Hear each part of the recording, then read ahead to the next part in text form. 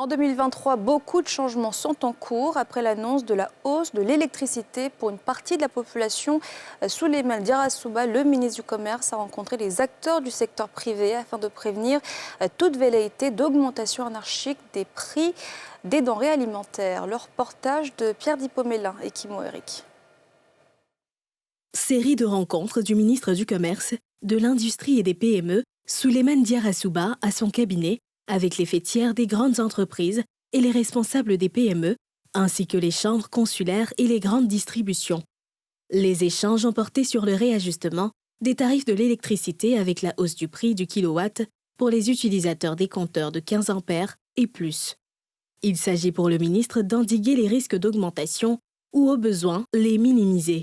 Sur la base des premières évaluations faites par mes services en collaboration avec certaines organisations professionnelles, nous avons pu noter que le réajustement de 15% du prix de l'électricité entraîne un impact compris entre 0,75% et 2,4% sur les prix sortis usines des secteurs d'activité énergivores tels que les secteurs du ciment, du fer à béton et du sucre.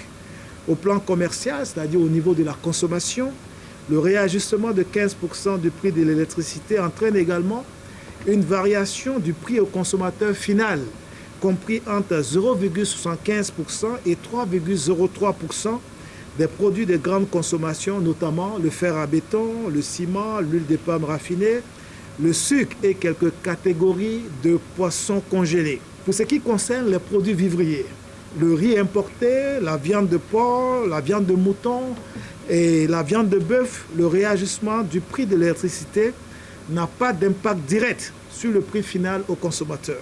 Les représentants du secteur privé à cette rencontre ont pris à leur compte le message du ministre.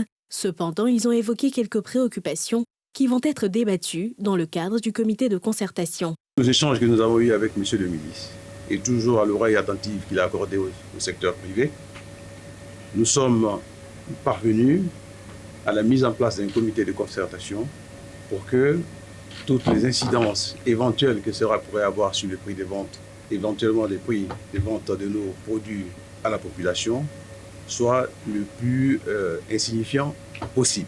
Cette décision, à en croire le gouvernement, est une mesure de sauvetage du secteur de l'électricité.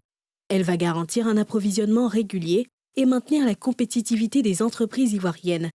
Le ministre a indiqué que malgré l'ajustement tarifaire de 15%, qui entre en vigueur à compter du 1er juillet 2023, le coût de l'électricité en Côte d'Ivoire demeure le plus compétitif de la sous-région.